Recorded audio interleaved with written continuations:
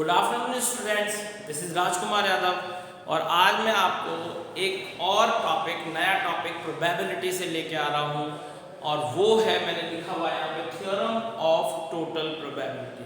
Right, यहाँ पे मैंने लिखा है एक सैंपल स्पेस, ठीक है, और उसमें आप देखोगे कि कोई ए इवेंट है, ठीक, और उसमें कई सारे इवेंट और हैं जो अलग अलग पार्ट्स हम सैंपल स्पेस के कर रहे हैं। राइट, इनके बीच में कोई कॉमन नहीं है। E1, E2, E3 जितने भी मैं बनाऊंगा कोई भी आपस में कॉमन नहीं है।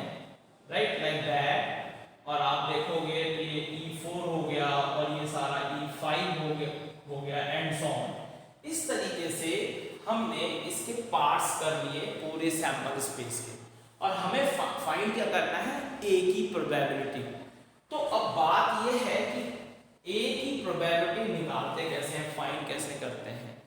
देखिएगा, अगर जो E1 हुआ है, ठीक, तब ए की क्या प्रोबेबिलिटी होगी, मतलब E1 हो गया तो उसके बाद E1 होने के बाद E1 जब हो गया तो ए की तब क्या प्रोबेबिलिटी है, या फिर अगर जो E2 हो गया मींस E2 इवेंट हुआ तब ए के क्या चांसेस हैं।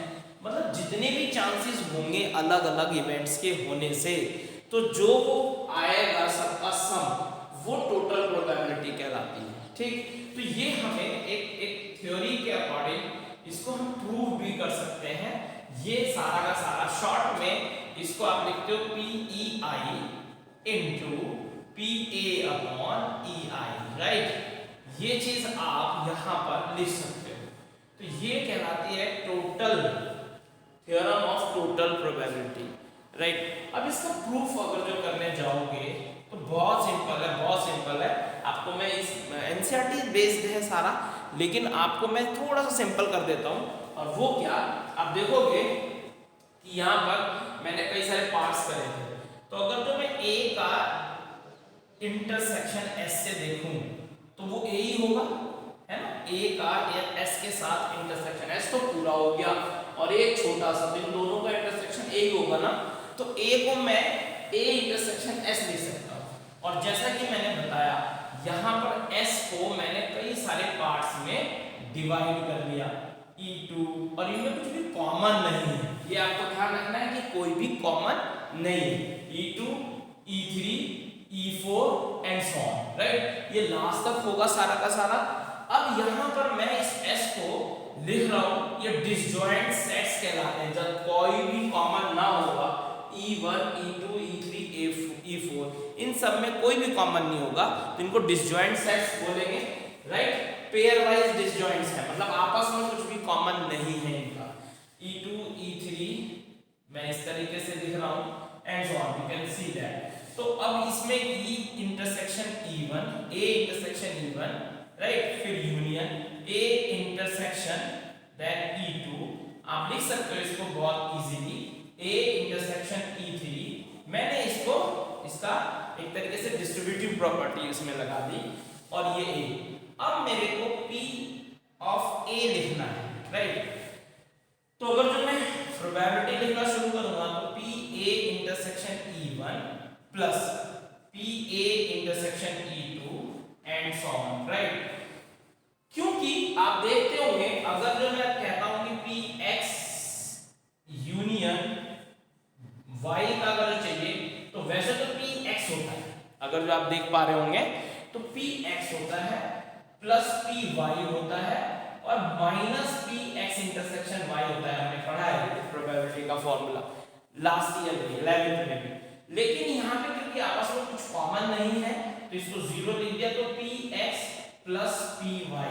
तो सिमिलरली मैंने इस यूनियन वालों को मैंने प्लस करके लिख दिया।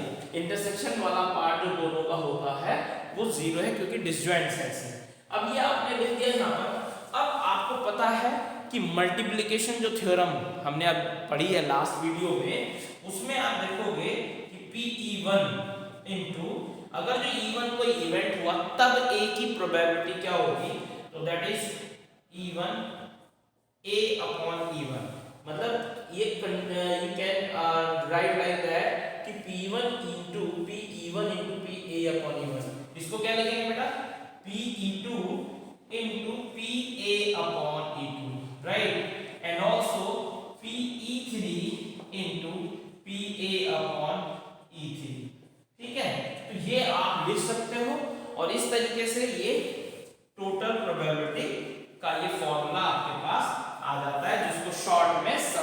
फॉर्म में भी लिख सकते हो आप, राइट। अब बात आती है कि इसमें क्वेश्चंस अगर जो हमारे पास आते हैं तो हम कैसे सॉल्व करेंगे। तो जैसे पहला ही क्वेश्चन है आपके पास, आप उसको ध्यान से देखोगे, इसको पॉज करके आप लिख सकते हो। और पहला ही क्वेश्चन इस टोटल प्रोबेबिलिटी पे मैं करा रहा हूं जो कि एनसीईआरटी पे है और आपके page number that is page number 555 पर है ये। तो वो बोल रहा है कि कहीं पे किसी बैग में क्या है, 5 तो रेड बॉल्स हैं, रेड एंड 5 भी ब्लैक बॉल्स हैं बेटा। अब आपने क्या करा, एक बॉल निकाला, एक बॉल निकालने के बाद उसका कलर नोट किया और जो कलर नोट किया आपने उसके कलर का ही 2 बॉल और रख दी। अब 2 कंडीशन बनती हैं। मान लीजिए रेड के लिए मैंने एक इवेंट P मतलब इसको R बोल दिया और इसको ब्लैक B बोल दिया।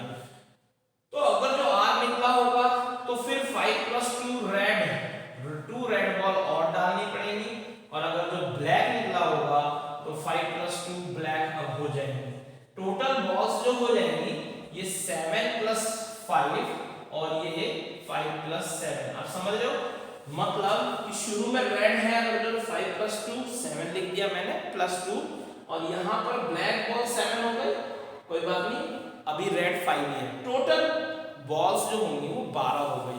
अब बात आई, इसको समझते हैं कैसे, मेथड को कैसे, कि उसने आपसे पूछा है कि दूसरी बार उनको वापस उसमें रख के जब उन्होंने 2-2 बॉल और एक्स्ट्रा डाल दी उसी कलर की, जो बॉल निकली थी, जैसे रेड निकली थी तो 2 रेड डाल दी, या फिर कंडीशन लगी कि ब्लैक निकली थी तो 2 ब्लैक डालनी थी।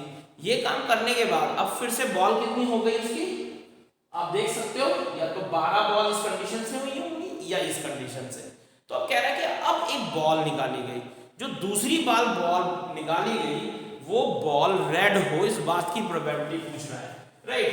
तो सेकंड बॉल रेड हो, second time ball is red, ये प्रोबेबिलिटी वो मांग रहा है। तो एक तरीके से ये ए हो गया, जो आपको ये क्वेश्चन मैंने फॉर्मूला लिखवाया था यहाँ पर। अब मान लीजिए पहली कंडीशन क्या थी कि रेड निकली थी, तब उसके बाद दूसरी बारी में भी वो ए मींस रेड बॉल होने की क्या प्रोबेबिलिटी होगी।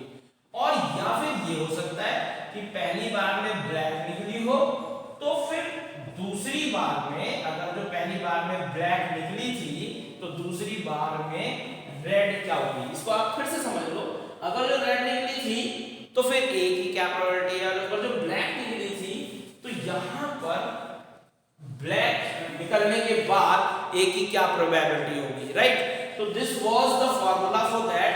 अब आप इसमें वैल्यू पुट कर सकते हो, और वो क्या पुट कर सकते हो जी, कि मान लीजिए कि पी रेड की अगर जो आप देख सकते हो पी रेड की ये होगी, दैट इज कि अगर जो 5/10, राइट, 5/10 हो सकती है। आप यहाँ पर देख सकते हो, मैं यहाँ से इसको हटा देता हूँ, राइट।